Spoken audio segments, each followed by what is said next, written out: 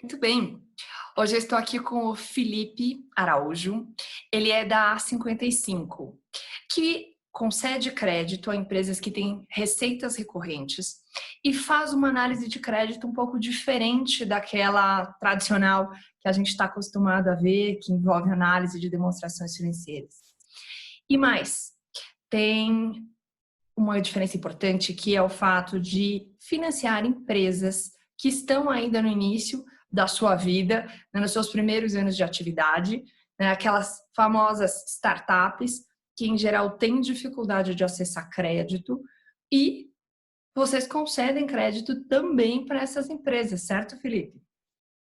Certo, perfeito. Muito bem. Então eu vou pedir em primeiro lugar, por favor, para você contar um pouquinho para a gente o que faz a A55, qual é a sua função lá e depois a gente vai detalhando isso tudo. Ótimo. A 55 é uma empresa que concede crédito para outras empresas com receita recorrente ou previsível, que tem como alvo empresas de tecnologia e com receita recorrente. Nossos clientes normalmente são empresas de early stage que passaram ou não por Series A, que são alguns já são investidos por um venture capital, ou algumas ainda estão no estágio anterior, tendo somente anjos ou às vezes mesmo friends and family como investidores. Essas empresas estão numa fase de escalagem, né? E por isso precisam de capital para conseguir escalar o produto. Essas empresas, esse setor de empresas nesses estágios, normalmente são maltratadas pelos bancos, porque os bancos pedem garantia, às vezes o aval do sócio na física, coisa que muitas dessas empresas não têm.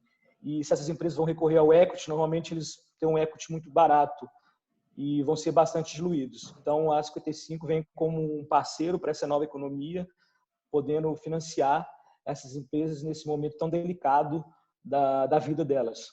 Uhum. É, O na momento que 55, tradicionalmente elas não conseguiriam acessar fontes de crédito dívida, ou se conseguissem, talvez precisassem pagar taxas de juros muito elevadas, dado todo o risco que representam para os credores. sim, normalmente quando elas acessam o banco são taxas muito altas, aval do sócio, coisa que às vezes é muito burocrático, junto com essas taxas também, né? Tem a taxa líquida, mas no final do dia outros bancos cobram seguro, que no final do dia a taxa all-in, que a gente chama, é quase o dobro da taxa líquida.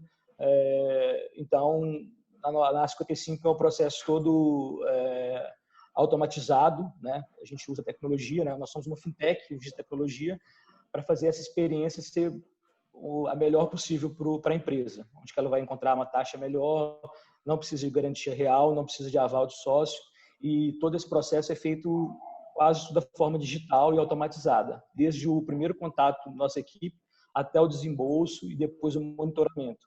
Muito bem. Você já contou um pouco para a gente de como é o processo de análise de crédito de vocês, né? E isso também é um diferencial. Então, vocês buscam dados da empresa e não necessariamente demonstrações financeiras, é isso? Você pode contar para a gente um pouco mais que tipo de análise vocês fazem para conceder o crédito e definir a taxa de juros do empréstimo? Perfeito. Falando um pouco de mim, né, eu entrei na 55 faz relativamente pouco tempo, mas pensando que a empresa fez o primeiro desembolso em outubro de 2018, eu entrei em setembro de 2019, então é pouco tempo, mas comparado à vida da empresa, já é algo relevante. Então, eu trabalho no time de crédito, a gente faz análise de crédito de todas as empresas que passam para a gente, e nessa análise de crédito, como você citou, além dessa análise de crédito tradicional, né, que se olha a concentração de sacados, o crescimento da empresa, a capacidade da empresa repagar, a gente também olha muito mais os empreendedores que estão por trás da empresa e tenta entender o momento dessa empresa, se faz ou não sentido para a gente emprestar esse dinheiro. Bom, acho que como toda análise de crédito tradicional, a gente tem uma forma de uma matriz que vai nos dar um rating, como A, B, C, como toda análise de crédito, mas a forma com que a gente faz essa análise vai além de olhar só para os números de empresa. A gente olha sim, a gente tem acesso às informações financeiras que são difíceis, posto que essas empresas normalmente têm uma vida de 2, 3 anos, a gente tem que fazer análise através dos balancetes, de extrato, e além dessa análise financeira, a gente olha muito mais, de novo, quem está por trás dessa empresa, se existe algum fundo já investindo nessa empresa e qual o impacto que essa empresa vai trazer, né? Se essa empresa realmente é disruptiva, e fazer uma análise também um pouco do intangível assim, né, que a empresa traz. Do ponto de vista de impacto social que ela é capaz de gerar, criação de empregos e questões de sustentabilidade. Eu acho que a empresa tecnológica ela tem essa vantagem, né? Assim, ela está uma capacidade de escala muito grande, então a nossa vida é impactada, né? A forma que a gente trabalha e tudo através das empresas, né? Assim, claro que a gente tem hoje Netflix, né? Hoje Netflix quebrou a Blockbuster, então o impacto que a Netflix trouxe é muito grande. É claro que, enfim, a Netflix hoje, né, é muito grande, mas seria uma empresa que teria o perfil da gente, uma empresa que cobra por assinatura, tem uma receita recorrente, embora a gente não pague uma taxa muito grande para a gente cancelar a assinatura, que a gente chama de churn, né? A gente sabe que mesmo a empresa, pela base de clientes que ela tem, mesmo ela perdendo um ou outro ali que, enfim, não quer mais assistir filme, ela vai ganhar outros clientes. Então, é uma base de clientes sadia. Então, bem pulverizada. Justamente. Então, assim, voltando um pouco da análise de crédito também, a gente usa para chegar nos nossos dados quantitativos, a análise de métricas SaaS, que é o que eu já falei, o churn, né? O quanto que essa base de cliente é sadia, se essa empresa está perdendo ou não o cliente, lifetime value, que é o quanto que o cliente traz para a empresa no tempo que ele fica. Um fator importante em empresas nesse estágio de escala, né? Elas vão gastar mais no D1 com o cliente do que ela vai receber de novo com o cliente, né? Então, essa empresa queima caixa justamente para poder escalar. Então, ela vai escalar com time comercial, com marketing. Então, a gente tem que ver se o que ela gastou com o cliente, esse cliente vai pagar. Então, a gente chama isso de LTV/CAC, que é a razão entre o dinheiro que o cliente traz, que é o lifetime value, sobre o dinheiro que você gasta para trazer o cliente. Obviamente, se esse valor for menor que 1, você está destruindo o valor, né? Você está gastando mais com o cliente, que logo vai chegar, não vai pagar mensalidade e vai dar o churn sem pagar o valor que custou para ele ser adquirido, né? Que aí é marketing, né? A gente entra em qualquer site hoje, já dá um pop-up de Netflix, enfim, o time de vendas. Então, tudo isso vem formar o que a gente chama de CAC, né? Que é Customer Acquisition Cost. Então, essas métricas que a gente usa de empresa SaaS, a gente usa para avaliar também a base de clientes e a capacidade dessa empresa de nos pagar. É uma coisa que a gente leva em consideração também, essas métricas. E agora, com esse momento que a gente está vivendo de quarentena, de famílias tendo a sua renda impactada, essa situação toda, né, em função da pandemia do Covid-19, as medidas para tentar evitar essa disseminação, como é que isso está impactando as empresas que vocês já financiam ou que vocês estavam analisando crédito? Como é que está o momento de agora e o que vocês estão vislumbrando aí para os próximos meses? Por favor, Felipe, conta para a gente. Então, essa crise sim, impactou a gente bastante, né? A gente está trabalhando uma força-tarefa para poder suprir essa necessidade de entrega que a gente está tendo. A gente tem esse impacto direto nos nossos clientes, porque alguns clientes, por exemplo, têm como sacados deles, né, restaurantes. Então, no D+1, a gente teve cliente que perdeu 80% da base de clientes deles, né? Então, a gente está tentando ver uma forma do cliente nos repagar, porque foi uma situação atípica que, né, ninguém tinha precificado, não tinha como fazer um hedge para essa crise. Então, a gente tem essa situação dos nossos clientes, alguns estão indo passar por refinanciamento, alguns a gente está pedindo waiver, e tem a questão de clientes que não seriam nossos clientes agora, porque eles tinham condição de continuar mais alguns meses com o fôlego que eles estavam, mas por precaução eles estão entrando em contato conosco para poder fazer um que a gente chama de colchão de liquidez. Ou seja, a empresa vai pegar um caixa extra, just in case, se ela precisa. E, por nosso lado, né, a gente tem essa demanda de fazer análise de diversos clientes que estão, potenciais clientes estão entrando em contato conosco, que outrora não entrariam, mas a gente também tem que subir um pouco a régua, porque a liquidez é algo agora mais valioso ainda, né? Quem tem liquidez agora tem essa vantagem. Então, a gente tem que ser mais assertivo e, de novo, subir a régua para quem a gente vai conceder crédito, porque é ouro, liquidez é ouro. Então, a gente tem que pensar bem que a gente vai conceder crédito e a nossa análise, por consequência, está mais puxada, digamos assim. Ok. Você tinha antes um apetite para trabalhar com empresas de rating C e agora você só está olhando para empresas de rating A ou você continua na B?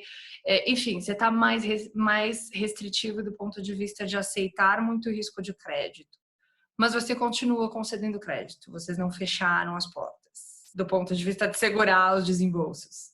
Não, a gente continua fazendo o desembolso. Hoje a gente teve um desembolso hoje à tarde, então, e tem mais diversas empresas no pipe para fazer o desembolso. Boa notícia. Mas uma boa notícia. Infelizmente, teve outras empresas que eu tinha aprovado, eu tive que conversar com o time comercial para voltar atrás, porque nesse momento agora não faz sentido. De novo, uma coisa que a gente está olhando bastante é a própria liquidez da empresa. Essa empresa tem uma liquidez para um mês, é muito difícil que a gente vai aprovar um crédito. Mas agora essas empresas têm liquidez, mas ela quer pegar uma liquidez extra para poder fazer um colchão de liquidez, essa empresa faz sentido para a gente. E, de novo, a capacidade, a recorrência dessa empresa, ela tem que ser realmente agora melhor. A base de clientes tem que ser melhor, porque as empresas vão sofrer churn, elas vão sofrer perda de clientes, mas como isso vai impactá-las, que é o que a gente está olhando. A gente está tendo casos de empresas que estão perdendo clientes e tem casos de empresas que têm sacados grandes. Esses sacados grandes, embora não tenham passado por crise, eles estão usando o poder de barganha que eles têm para poder pedalar o pagamento.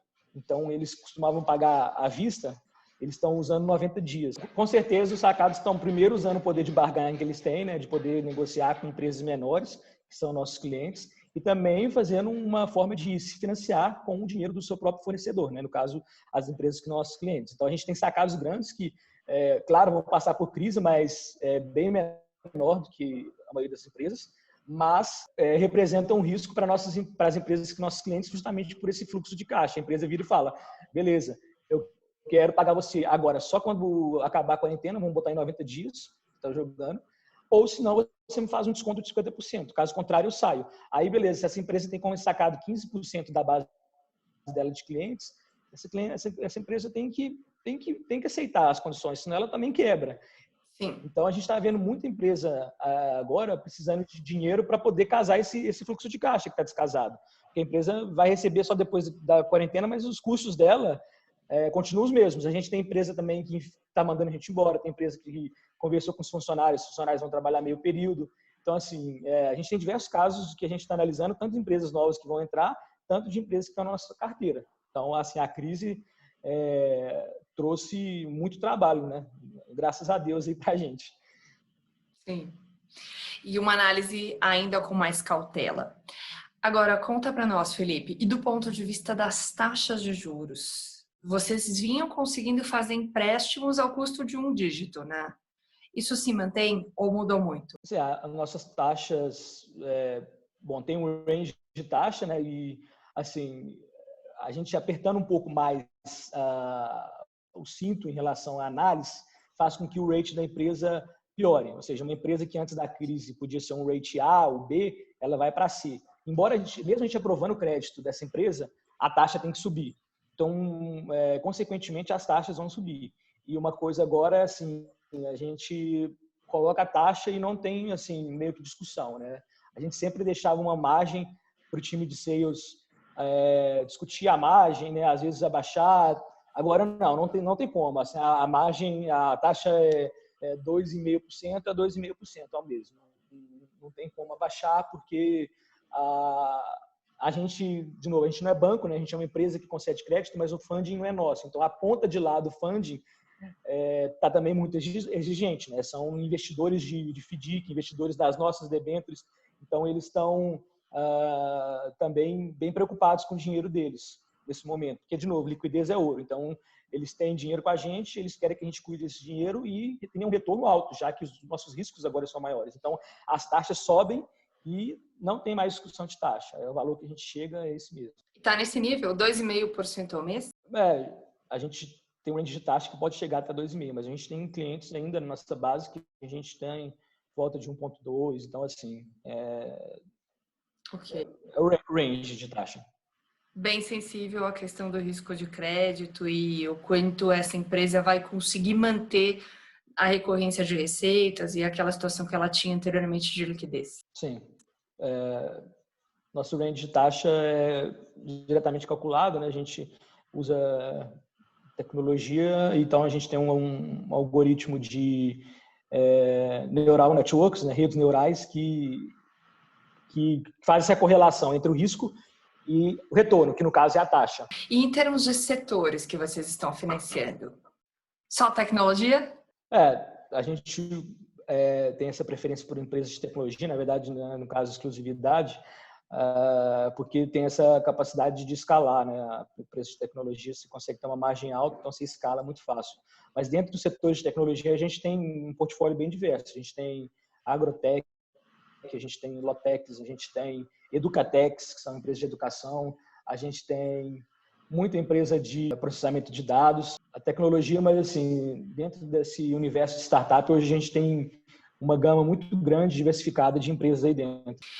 Empresas, então, que podem continuar buscando a 55, mesmo nesse momento de crise, mas talvez se preparando para pagar um pouco mais por esse crédito. Sim, acho que as nossas taxas ainda são bem melhores do que a gente vai encontrar aí nos bancos e, de novo, a gente não pede garantia, não coloca seguro, então nossas taxas são aquilo que a gente fala mesmo, não tem... Sim. É verdade, essa é uma conta importante de se fazer, né? Porque às vezes você encontra um empréstimo cuja taxa de juros nominal parece menor, mas tem alguns outros custos, encargos, outros produtos que você tem que comprar junto, que do ponto de vista de custo all-in acaba ficando maior, né? Então, temos que comparar aí o custo total em todas as situações que a gente encontrar no mercado. Ok, Felipe, e aí você tem alguma sugestão, alguma dica, algum recado que você gostaria de deixar para essas empresas que possam buscar a vocês ou, enfim, que estejam se preparando aí para achar alternativas de crédito para esse momento que muitas estão com dificuldade de capital de giro, dificuldade de se manter em função da quarentena, né, e da queda drástica da demanda em muitos segmentos? Acho que, bom, a dica é sempre poder manter a empresa saudável, pensar no longo prazo, né? Porque todas as crises, por mais intensas que sejam, são momentâneas. Eu acho que no horizonte ainda tem muita oportunidade e, de novo, destacando, a 55, ela quer ser a parceira da empresa para crescer. A gente tem empresas que começaram bem pequenininhas conosco hoje, estão emitindo, além da nossa dívida, eles estão emitindo CRA, CRI, então a gente está aqui para poder ser um parceiro mesmo no desenvolvimento dessas empresas na América Latina, um setor de empresas que é maltratado pelos bancos, que hoje corresponde de média 200 bilhões de dólares em toda a América Latina. Então, a dica é essa, pensar no longo prazo e, de novo, a 55 está aqui para ajudar quem está nesse momento a poder crescer. E fica um aprendizado importante também do ponto de vista da gestão do risco de liquidez, né? Você até falando que vocês analisam o quanto de liquidez a empresa já possui. Então, aquela empresa que de repente tem só um mês no capital de giro, para você hoje representa um risco, porque se ela tem um capital de giro tão curtinho assim, pode ser que ela não tenha fôlego para esperar mais, quem sabe, 1 ou 2 meses essa quarentena acabar. Então, acho que uma das lições que fica aí para o empresário que está começando o seu negócio e que depende, né, de, às vezes, receitas que são recorrentes, mas que no momento de crise também podem cessar, precisa, de fato, ser capaz de juntar talvez pelo menos ali uns 3 a 6 meses de capital de giro, para poder ter esse fôlego e quando for bater a porta de um agente de financiamento, de um credor, não chegar lá tão com a corda no pescoço, né? Sim, acho que tem esse aprendizagem de deixar sempre a empresa saudável, né? Nunca ficar tão apertado em relação de liquidez. E acho que nossa análise também, acho que de quase toda a empresa agora o plano que essa empresa tem para poder passar nesse momento difícil, né? Eu acho que isso também é um fator intangível, de você conseguir entender qual é o plano do empreendedor para ele conseguir passar desse momento. Assim, né? Acho que todo mundo vai sofrer a crise, as formas da gente reagir a ela que vão nos diferenciar. Então, a gente está sempre cobrando também das empresas qual o plano de contingenciamento, né? Se vai cortar custos, se vai cortar algumas despesas, se vai tentar mitigar. Eu acho que isso é bem importante também. Bom, Felipe, tem mais algum ponto que você gostaria de acrescentar ou, enfim, algum recado que você gostaria de deixar para os empresários brasileiros nesse momento? A gente, todo mundo passando por uma crise, mas pensar no longo prazo, pensar que tudo, por mais intenso que seja, é temporário. Então, é um momento de ter esperança. Eu acho que, enfim, a gente vai passar dessa. Então, agradeço demais todas as tuas explicações, o que você dividiu com a gente do ponto de vista aí de como vocês analisam o crédito, algumas dicas preciosas também para os empresários pensarem não só esse momento, mas os futuros, né? A gente já começando a colher alguns aprendizados aqui. Desejo que você fique bem, você que está aí também de home office, né? Hashtag fica em casa nesse momento, todo mundo se cuida. Com certeza. Para ajudar esse processo de disseminação do corona passar rápido e a gente poder voltar aí a reaquecer os negócios, né? Então, mais uma vez, obrigada. E já fico aqui, já deixo para você o convite para depois que essa crise passar, quem sabe no segundo semestre, você voltar para contar para a gente, enfim, como é que foi, os aprendizados e talvez o que possa ter mudado e o que é aí a nova perspectiva do pós-crise nesse ambiente de crédito para negócios baseados em tecnologia, principalmente para negócios aí que estão ainda em estágio inicial, que é a grande expertise de vocês, né? Então, obrigada por hoje e vamos nos encontrar novamente num outro momento mais para frente para falar aí o antes e o depois desse momento de crise. Obrigada, Felipe. Obrigado, você Boa também. noite. Boa noite.